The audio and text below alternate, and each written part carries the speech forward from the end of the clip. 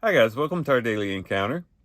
In Acts chapter 26, we read about the Apostle Paul standing before King Agrippa and also the governor Festus and giving a defense against the accusations that were brought against him by the Jewish leaders.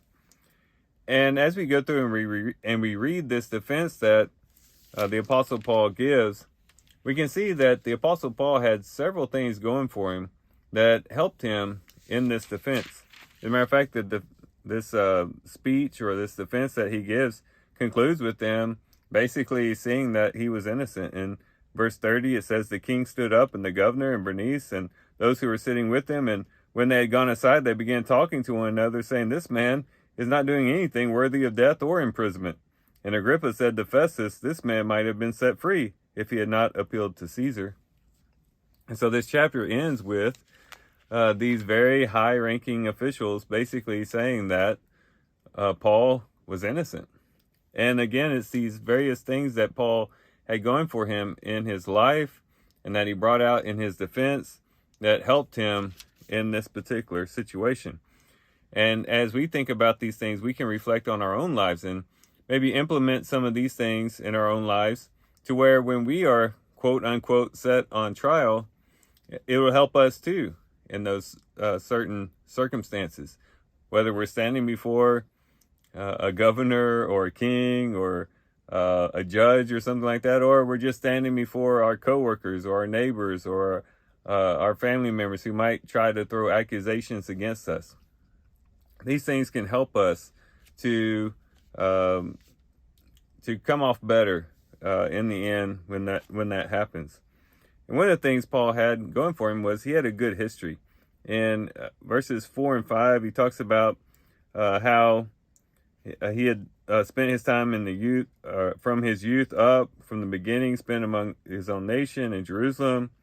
He says, he talked about the fact that he lived as a Pharisee according to the strictest sect of their religion, the Jewish religion. And so he talks about his childhood growing up in the Holy Land in Jerusalem. He talks about himself being a Pharisee, which was, again, one of the most strict sects of the Jewish people. And so this helped him in his case to say, look, I have a good history. I have an upstanding childhood. From the time I was a youth, I was involved in the Jewish nation. I was following according to these strict regulations and rules laid down by the Pharisees, and that helped him in his case, and it can help us as well. When we can, or when we can show, or when people see that in our past we have lived upstanding lives, we have lived a life that is somewhat blameless and pristine and admirable. It helps us in present cases when people bring accusations against us. And some may say, well, it's too late for me. I already have a bad history. I can't really use that to my advantage, but we can begin today to build a good history. We may not be able to go all the way back to our childhood as Paul did, but we can begin today to build a good history so that in days to come, months to come, or years to come, people can see that type of life that we've lived in the past, and it can help us in present situations, or what would be present situations, as people cast accusations against us. The people who are slandering us may not have as much momentum, may not have as much clout, when the people around us know that we're good people, that they've known us for a substantial amount of time, and that we have a good history. But then he also was on trial for a good cause. In verse 6, he says, "And now I'm standing trial for the hope of the promise made to God, or by God, to our fathers, their promise to which our 12 tribes hope to obtain. And they earnestly serve God night and day. And for this hope, O King, I am being accused by the Jews." And so the Apostle Paul was standing on trial for actually a good cause. He wasn't standing on trial because he had stolen something from someone, or because he was living a life of debauchery and sin and rebellion and things like that. He was staying on trial for believing in the resurrection, and for the very hope that the other Jewish people had as well. And so that helped him in his case, that he was being put on trial for actually a good thing, for holding on to the hope of Israel. And the same thing is true with us as well. We should never give people an opportunity to bring us to trial. If we're living a holy life, if we're living a life in good conduct, yeah, they might cast accusations against us because perhaps our morals are different than theirs, or our worldview is different than theirs.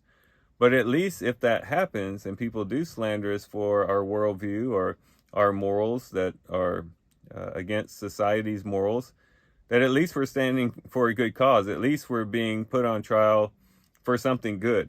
And maybe that could be put towards our advantage, if not in making us innocent in the eyes of other people, at least in our heart of hearts we'll know that we are being challenged for the right things. And then we see also in a more lengthy portion, Paul had a good testimony to give to them. And there he kind of goes back and tells the story about his conversion. He talks about how he had persecuted Christians. He had basically chased them down and was throwing them in prison. And then this change that occurred, this transformation that took place within him that was based upon this revelation of Jesus Christ that he had received. And that was the turning point for him. And then it talks about how he had to change life after that, after he had contacted Christ. This is what his life was like. And so part of his testimony was a subjective testimony, that is his own experience. This is what I was before I met Christ. This is how I met Christ. And this is how my life has changed because of Christ. And that can be a powerful testimony when people bring accusation against us, or they want to slander us, to be able to show people, you know what, you may not like the faith that I have, but this is what my faith has done for me. And this is how it has changed my life.